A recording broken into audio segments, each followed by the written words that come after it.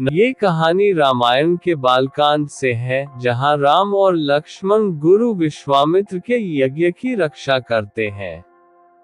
यज्ञ के दौरान राक्षस मारीच और सुबाहु राक्षसी सेना लेकर यज्ञ में विघ्न डालने के लिए आते हैं।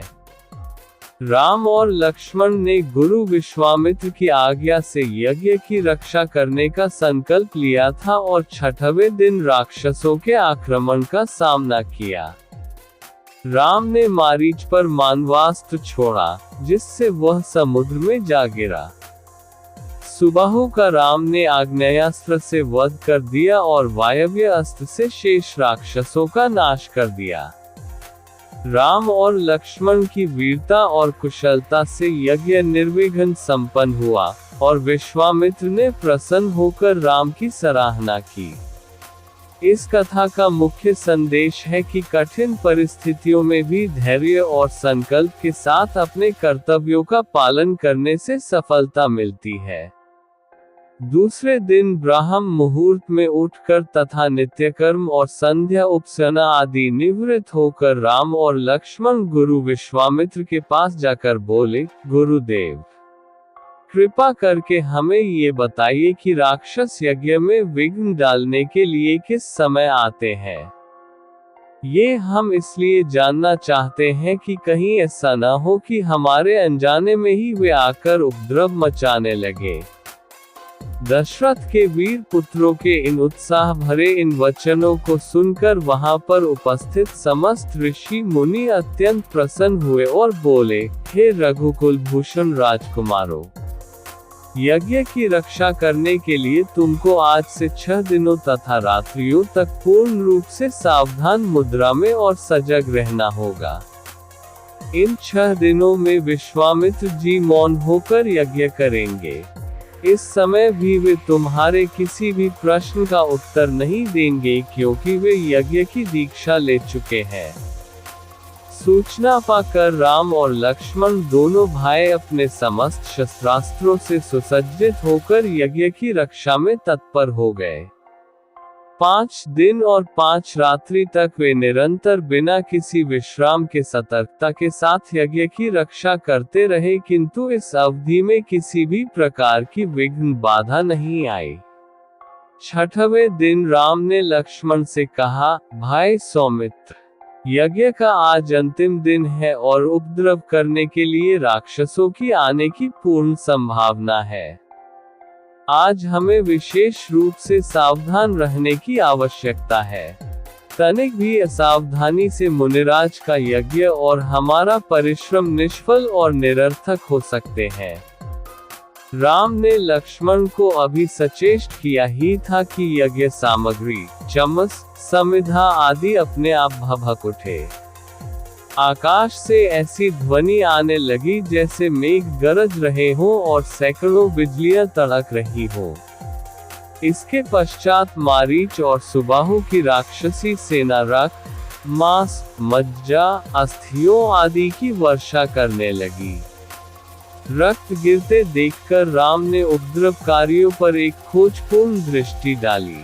आकाश में मायावी राक्षसों की सेना को देखकर राम ने लक्ष्मण से कहा, लक्ष्मण, तुम धनुष पर शरसंधान करके सावधान हो जाओ। मैं मानवास्त्र चलाकर इन महापापियों की सेना का अभी नाश किए देता हूँ। ये कहकर राम ने असाधारण फुर्ती और कौशल का प्रदर्शन करते हुए उन पर मानवास्त्र छोड़ा। मानवास्त्र आंधी के वेग से जाकर मारीच की छाती में लगा और वह उसके वेग के कारण उड़कर 100 योजन अर्थात 400 कोस दूर समुद्र में जा गिरा। इसके पश्चात राम ने आकाश में आग्नेयास्त्र फेंका, जिससे अग्नि की एक भयंकर ज्वाला प्रस्फुटित हुई और उसने सुबाहु को चारों ओर से आवृत कर लिया।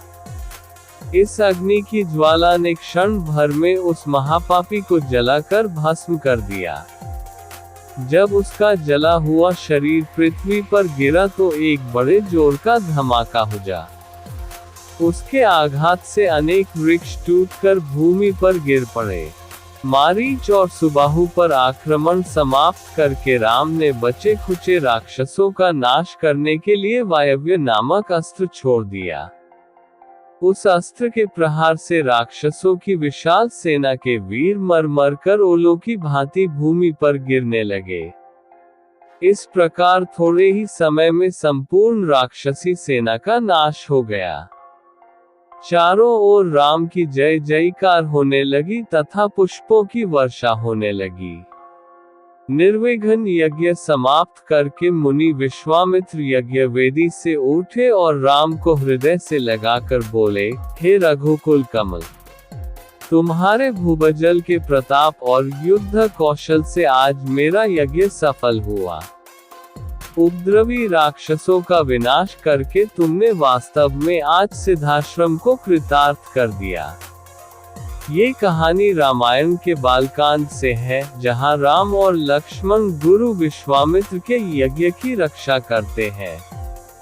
यज्ञ के दौरान राक्षस मारीच और सुबाहु राक्षसी सेना लेकर यज्ञ में विघ्न डालने के लिए आते हैं। राम और लक्ष्मण ने गुरु विश्वामित्र की आज्ञा से यज्ञ की रक्षा करने का संकल्प लिया था और 6वें दिन राक्षसों के आक्रमण का सामना किया। राम ने मारीच पर मानवास्त्र छोड़ा, जिससे वह समुद्र में जा गिरा। सुबाहु का राम ने आग्नेयास्त्र से वध कर दिया और वायव्य अस्त्र से शेष राक्षसों का नाश कर दिया। राम और लक्ष्मण की वीरता और कुशलता से यज्ञ निर्विघ्न संपन्न हुआ और विश्वामित्र ने प्रसन्न होकर राम की सराहना की। इस कथा का मुख्य संदेश है कि कठिन परिस्थितियों में भी धैर्य और संकल्प के साथ अपने कर्तव्यों का पालन करने से